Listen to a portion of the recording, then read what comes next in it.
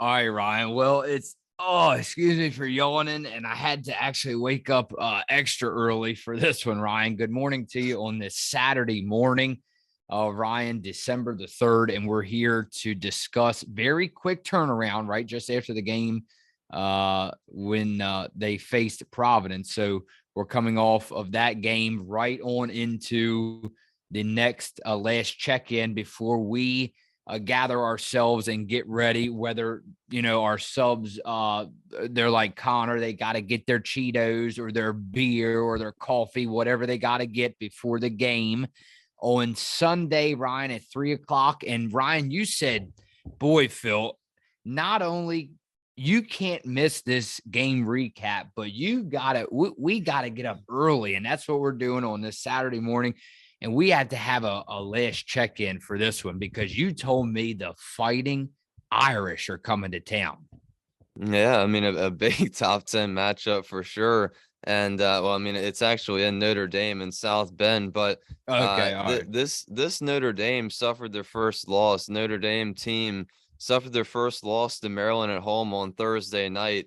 A pretty big upset. I mean, Maryland is a pretty good team, but they did lose to South Carolina, of course. That was their only loss.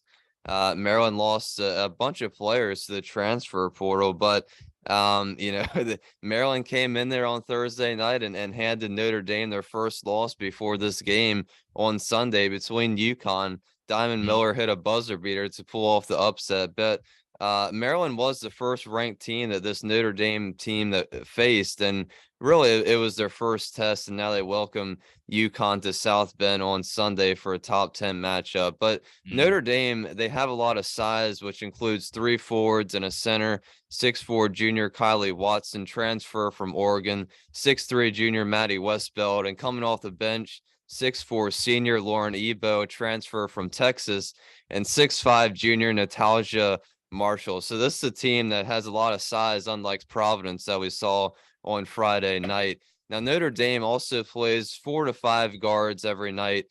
Sophomore Olivia Miles, sophomore Sonia Citron, and senior Dara Marbury are the starters.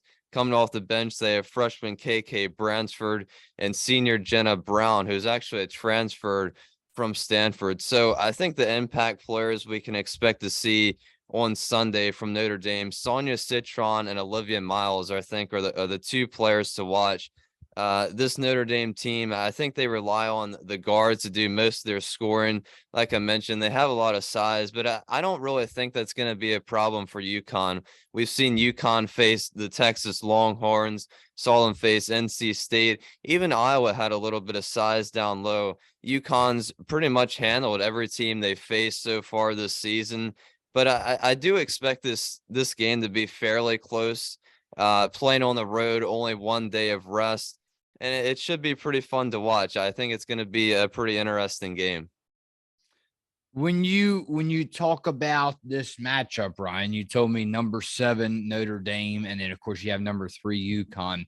What are your keys with this being a UConn podcast, a Huskies podcast? What are your keys to success? Because so many times we've seen the higher up teams like Iowa, and I forget there was another team that UConn had just recently played, and they almost lost it.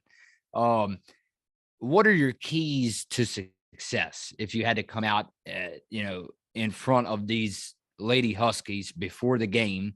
If you were stepping in Gino's shoes, right? I know, man. I don't know if you. Well, I'm not doubting you, but man, you would be sweating bullets, huh? You would be very nervous if they say they call you up and be like, Ryan, Gino has a little cold today. Can you come in and fill in for him for a head coach during the Notre Dame Fighting Irish game? I wouldn't know what to say there. Hey, look, but get back on track now. I know I get off track all the time. What are your keys to success? Because I know, I know it's. I don't want to say it gets old, but how many times, especially Phil, he says, "Well, easy Fudd, Ryan, easy Fudd. She's the key to success." Well, we get that when she scores, they usually win. That seems to be the theme nowadays, and the titles of these videos, right? But what do you some other things basically outside of AZ Fudd? Because we saw Nika Mule has been playing great. Aaliyah Edwards has been stepping up. So many other players on this roster, Ryan. And then Lou Lopez, Seneschal shined the other night.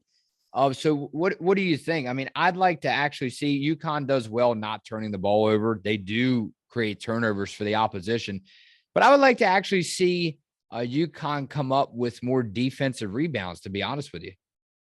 Yeah, I think that's really been a problem so far for UConn, or one of the biggest problems so far is not boxing out on the defensive side of things and letting the opposition on offense get the rebounds and get second chance points, which is kind of weird because that's what UConn was really good at last season, is getting offensive rebounds for themselves.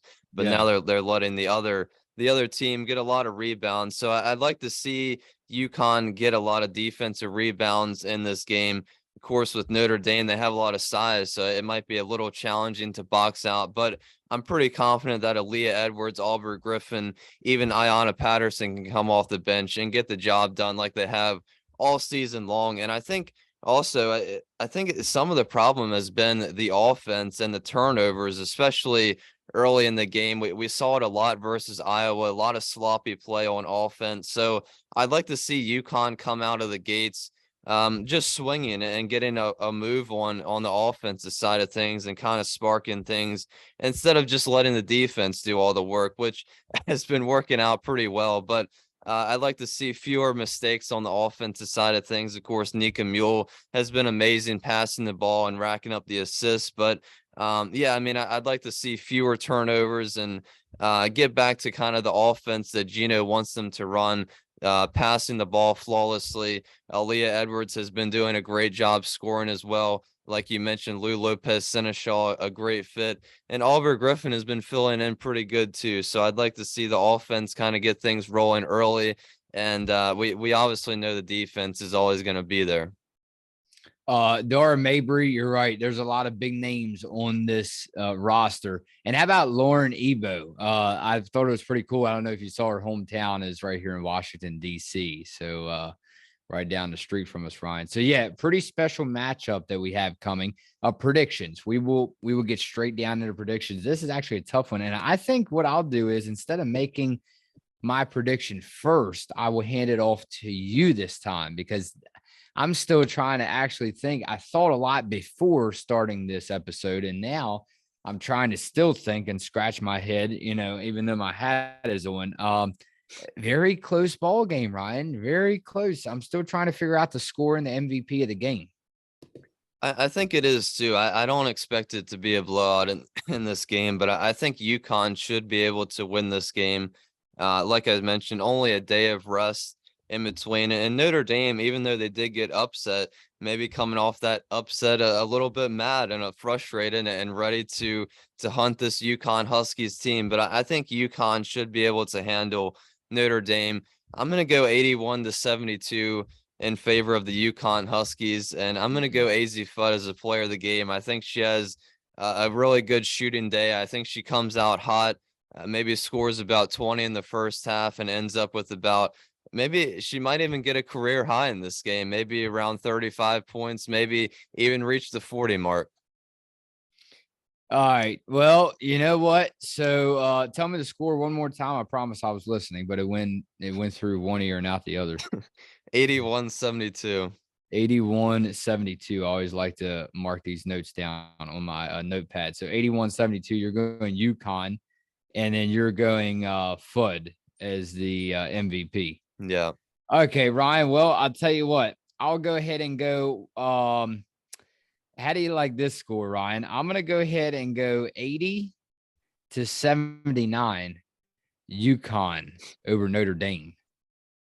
That'd be really interesting if it comes down to the last possession. I think everybody would be on the edge of their seats then. 80-79 UConn over Notre Dame. I believe the Fighting Irish, we talked about it over and over again with other teams, the size. Obviously, that's what basketball is more than half of the time, the size. But I think this head coach for Notre Dame comes out for the Fighting Irish, and they're actually ready this time, unlike a lot of other teams. No disrespect there. I'm just saying a lot of teams, when they show themselves on game day, they're not all that ready, it seems like. It's tough against this UConn Huskies team, and we get it. We get it. Believe me. 80-79 UConn over Notre Dame on Sunday. 80-79. I'm going MVP. Ryan, I'm going to switch it up on you a little bit. Aubrey Griffin, MVP of the game. Well, I mean, that would be nice to see because we saw her make that season debut when Dorka Juhas missed her first game, and she came out on fire, scoring a lot of points, getting rebounds, getting steals. So it would be nice to see her do that, have a repeat of performance of that game. But like you mentioned about teams not being able to come out, that's another thing about UConn. Is just their all around effort and hustle. It's very, very hard for other teams to be able to keep up with UConn, and there's really not too many teams that are able to do it. So this is it, Ryan. It's the Fighting Irish and the UConn Huskies at 3:00. And you told me, I believe it's on ABC again. So It that's is. Yeah, it very is. good job for these networks broadcasting, especially, I mean, when it's any women's basketball team, we like it, right? But especially when it's UConn women's basketball, I'm surprised because I'm able to watch a lot more games than years past, and we love it. And we all know that you love it. All right, Ryan, I cannot wait to see you right back here tomorrow, probably around 5:00. The games usually take 2 hours, and I can't wait to see your smiling face, Ryan. And hopefully it's a very good game recap. Phil and Rye on Listen Up. Ryan, have a great weekend.